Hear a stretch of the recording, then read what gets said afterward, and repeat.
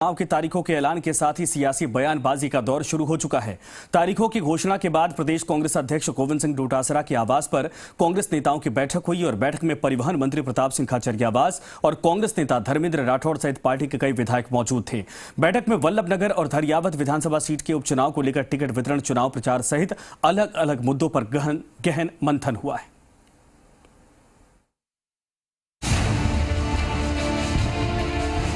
राजस्थान में 2 विधानसभा सीटों के उपचुनाव की तारीखों के ऐलान के साथ ही नेताओं की रणनीति और बयानबाजी का दौर शुरू हो गया है।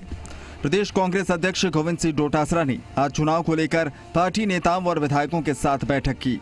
प्रदेश कांग्रेस अध्यक्ष गोविंद सिंह डोटासरा ने कहा कि दोनों विधानसभा सीटों के चुनाव कांग्रेस पार्टी जीतेगी।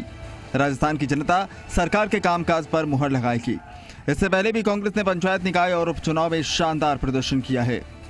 कांग्रेस में निश्चित रूप से अच्छा है, कार्यकर्ताओं में उत्साह है, सरकार का अच्छा कार्यकाल हमारे सामने है, पंचायत चुनाव हमने जीते हैं, नगर पालिका के चुनाव हमने जीते हैं और जिस प्रकार से अभी जो प्रशासन गाँव के संग और प्रशासन शहरों के संग जो अभियान चलेगा और जो 2008 से 13 में हमारा ऐतिहासिक रहा था और जिस प्रकार से जो पट्टे देने का काम और अन्य जनता की समस्याओं के समाधान का काम हमारे मुख्यमंत्री जी ने और हमारी सरकार ने हाथ में लिया, उससे जनता में बहुत उत्साह है और हम लोग चुनाव बहुत अच्छे तरीके से जीतेंगे। दरअसल किसी भी विधायक सांसद के निधन या इस्तीफे की वजह से खाली हुई सीट पर 6 महीने में उपचुनाव करवाना अनिवार्य होता है।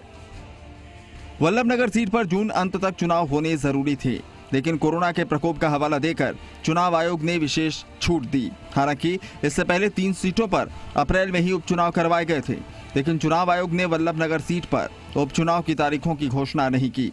बाद में कोरोना का प्रकोप बढ़ गया और इस सीट पर उपचुनाव टल गए। इस बीच मई में दरियावद से बीजेपी विधायक गौतम लाल मीणा का निधन हो गया। उपचुनाव का मंत्रिमंडल फेरबदल पर क्या असर होगा, इसे लेकर भी चर्चाएं जारी है।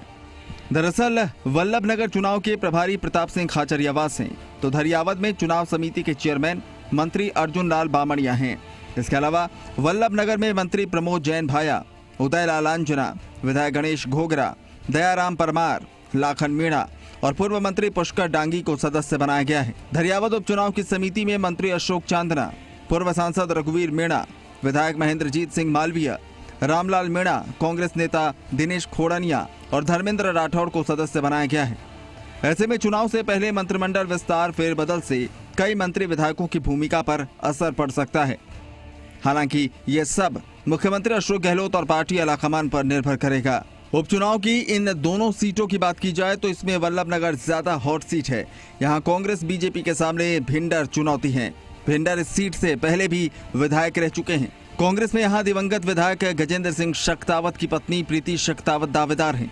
हालांकि प्रीति शक्तावत की दावेदारी का उनके जेठ देवेंद्र शक्तावत विरोध कर रहे हैं। देवेंद्र शक्तावत ने प्रीति शक्तावत को टिकट देने पर पार्टी छोड़ने तक की धमकी दी है। पिछले 3 उपचुनाव में दोनों ही पार्टियों ने सहानुभूति कार्ड खेला था। ऐसे में एक बार फिर से लगता है कि इन उपचुनाव में दोनों पार्टियां सहानुभूति कार्ड चल सकती हैं। दिवंगत विधायकों के परिवारों से ही टिकट दिए जा सकते हैं। कांग्रेस वल्लभनगर में दिवंगत विधायक गजेंद्र सिंह शक्तावत की पत्नी को टिकट दे सकती है।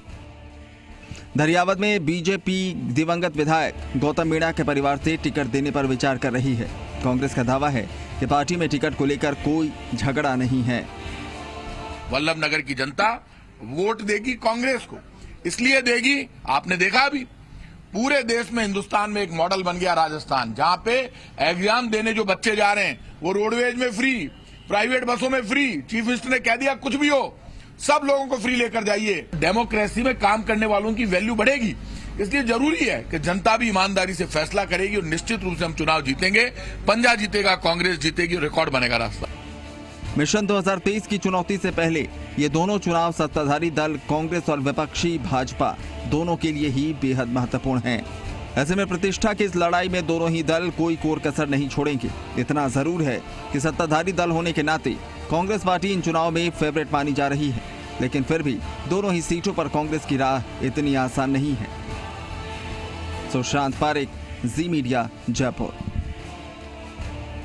राजस्थान में विधानसभा की 2 सीटों पर उपचुनाव की तारीखों का ऐलान होने के साथ